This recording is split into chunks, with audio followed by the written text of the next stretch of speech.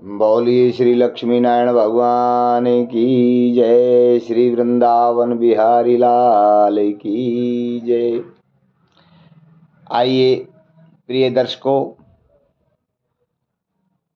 आज मार्गशीर्ष शुक्ल पक्ष की एकादशी, जिसका नाम मोक्षदा है, आज हम मार्गशीर्ष शुक्ल पक्ष की मोक्षदा एकादशी की व्रत कथा आपको सुनाने जा रहे हैं। ध्यान पूर्वक सुनेंगे। अपने तन मन को एकाग्र भाव से प्रभु के चरणों में समर्पित होकर के इस कथा को सुनकर के अपने जीवन में धर्म लाभ को प्राप्त करें।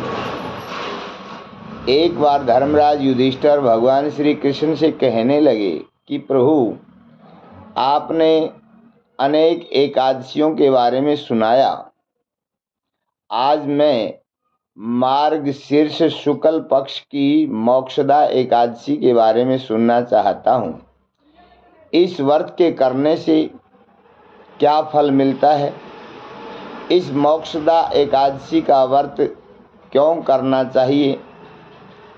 इसकी सारी विधि और इसके फल को विस्तार से बताएं। भगवान मधुसूदन कहने लगे कि हे धर्मराज, आपका हृदय बड़ा पवित्र है। आप सदैव परोपकार की भावना से ये प्रश्न करते रहते हैं।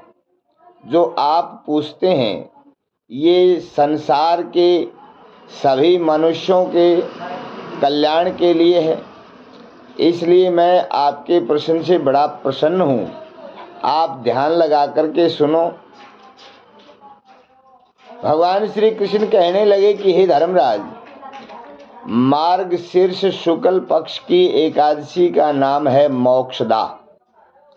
यथा नाम तथा काम, जैसा इसका नाम है वैसा ही इसका कार्य है। मोक्षदा का कार्य क्या है? नरकों में पड़े हुए जीवों का उद्धार करके स्वर्ग में पहुंचाना, ये है मोक्षदा एकादशी का कार्य। भगवान श्री कृष्ण कहने लगे कि हे धर्मराज सुनो, मैं इसके बारे में एक पौराणिक कथा आपको सुना रहा हूँ। एक बार चंपक नामक बहुत ही सुंदर नगर था, जिसमें बड़े बड़े विद्वान श्रेष्ठ जन रहते थे। उसी नगर में एक वैखानस नामक राजा राज्य करता था। राजा बड़ा धर्मात्मा था, पुत्रवत प्रजा की पालना करता था, यज्ञ हवन पूजा पाठ करता था। एक दिन की बात है कि उस राजा ने सोए हुए स्वप्न में अपने पिता को नरक में अनेक यातनाएं भोगते हुए और विलाप करते हुए, रुदन करते हुए देखा। ये देख करके वो राजा बड़ा दुखी हुआ। भगवान कहते हैं कि हे धर्मराज, स्वप्न में पिता की ऐसी बुरी दशा देख करके राजा को बड़ा दुख हुआ। शेष रात्रि जो है वो चिंताग्रस्त रहा, उसे निद्रा नहीं आई, करवटें बदलता रहा और उसके मन को बड़ी पीड़ा होने लगी। उसके बाद प्रातःकाल उठ करके अपने शौच आदि नित्य क्रम से निवृत्त होकर के वो चंपक नरेश ने सभी ब्राह्मणों को बुलवाया और सभी विद्वान ब्राह्मणों के सामने हाथ जोड़ करके नेत्रों से जल बहाते हुए, रूंधे हुए कंठ से, फड़फड़ाते हुए होठों से, डबडबाती हुई आँखों से कहना प्रारंभ किया कि हे ब्राह्मण देवताओं, आप तो इस संसार में परोपकार के लिए आए हैं, सबकी पीड़ा की निवृत्ति करते हो, मेरे इस कष्ट का निवारण करें।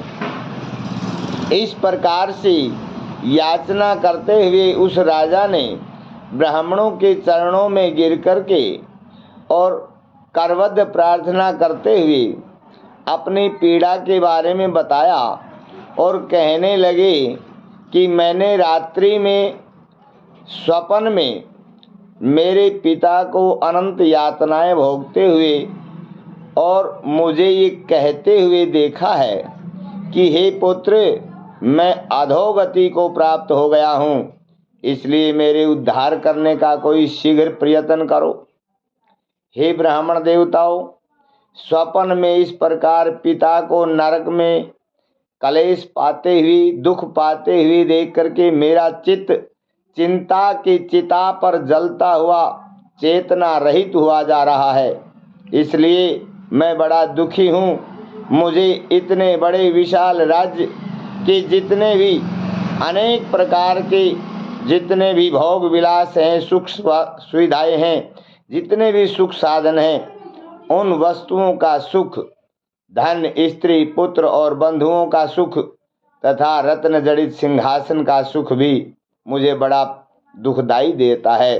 बड़ी पीड़ा हो रही है, क्योंकि जिसके माता पिता दुख पाते हों उस संतान के जीवन को धिक्कार है। जिस पुत्र के रहते जिसके माता पिता को अगर लेश मात्र भी कष्ट होता है तो उस पुत्र का जीवन धिक्कारने योग्य है, वो पुत्र कहलाने के योग्य नहीं होता।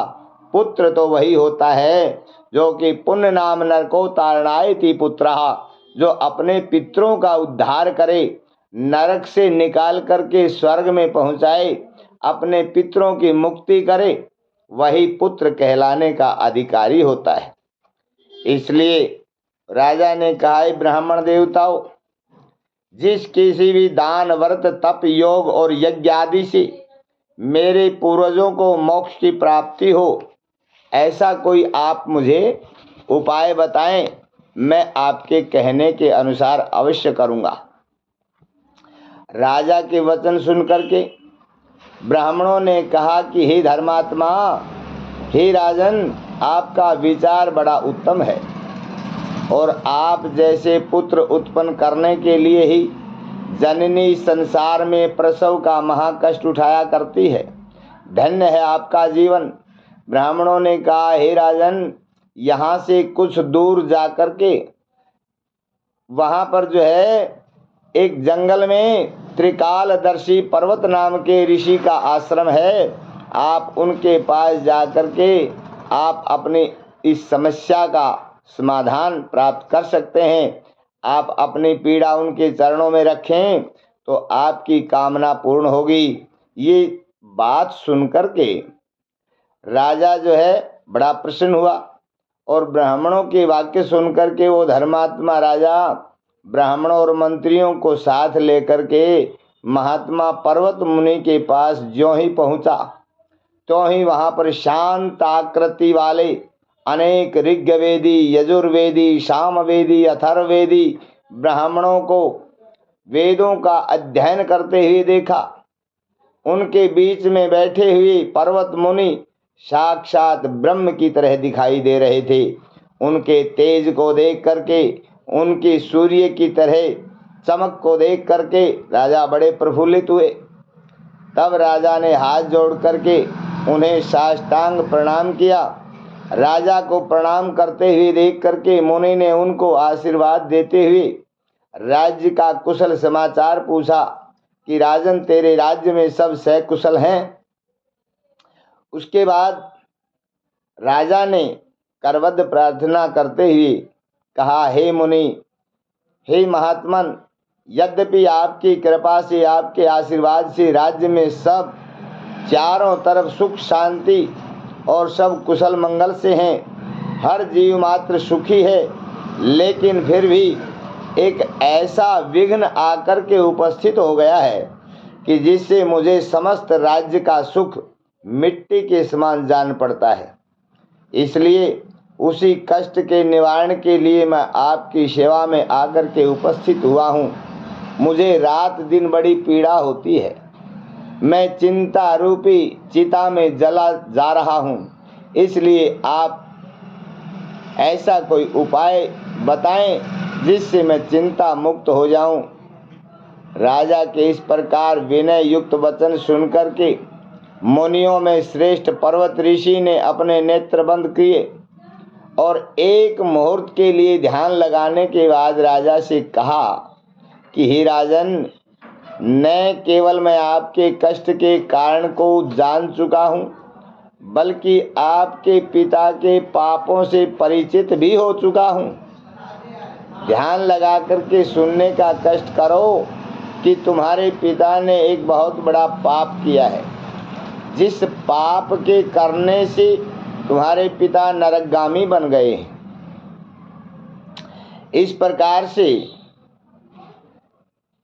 पर्वत ऋषि ने कहा कि हे राजन, आपके पिता ने कामनावश और काम के वशीभूत होकर के न केवल 2 स्त्रियों से विवाह किया था, बल्कि 2 स्त्रियों से विवाह करके एक स्त्री से प्रेम करता था और दूसरी स्त्री की तरफ वो देखता भी नहीं था। इसलिए एक स्त्री को पति का सुख न दे सका, इसलिए उस स्त्री का श्राप उनको लगा। इसलिए उसी महापाप के कारण आपके पिता को नरक में जाकर के महाकष्ट भोगना पड़ा और उसी पाप के कारण वो नरक में आज भी कष्ट भोग रहा है।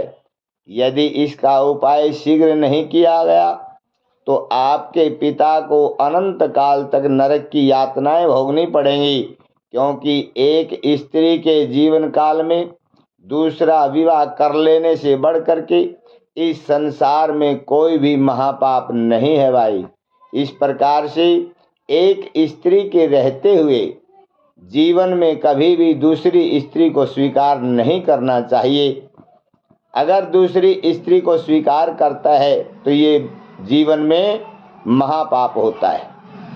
इस प्रकार से भगवान श्री कृष्ण कहते हैं कि हे धर्मराज, महामुनि के ये वचन सुनकर के राजा वैखानस ने हाथ जोड़ करके प्रार्थना करते हुए कहा कि हे धर्मज्ञ, जिस दान धर्म और व्रत आदि से मेरे पिता का उद्धार हो उसे कहने की कृपा कीजिए, क्योंकि पिता के नरक में जाने का हाल सुनने के बाद मेरे कष्ट का कोई ठिकाना नहीं रहा। इसलिए जिस प्रकार पिता के कष्ट का निवारण हो वही किया जाएगा। आप मुझे आदेश दें और शीघ्रता से बताएं कि मेरे पिता का उद्धार कैसे हो।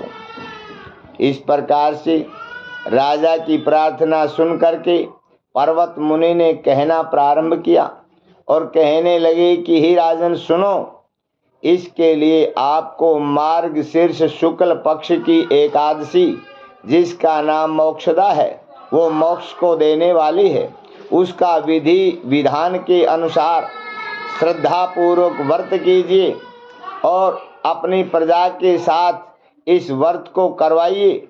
अपने दिनचर्या को शुद्ध रखते हुए श्री हरि का स्मरण करते हुए दशमी को एक दिन भोजन करके एकादशी को निराहार रह करके भगवान श्री हरि की पूजा करते हुए रात्रि में जागरण करते हुए द्वादशी को इस व्रत का पारायण करते हुए व्रत के फल को अपने पिता के निमित्त छोड़ देना, आपके पिता की मुक्ति हो जाएगी। इस प्रकार श्रद्धा पूर्वक व्रत करने से तुम्हारे पिता को नरक से मुक्ति मिलेगी। इस प्रकार से एक प्रतिज्ञा आपने और भी करनी होगी। वो क्या?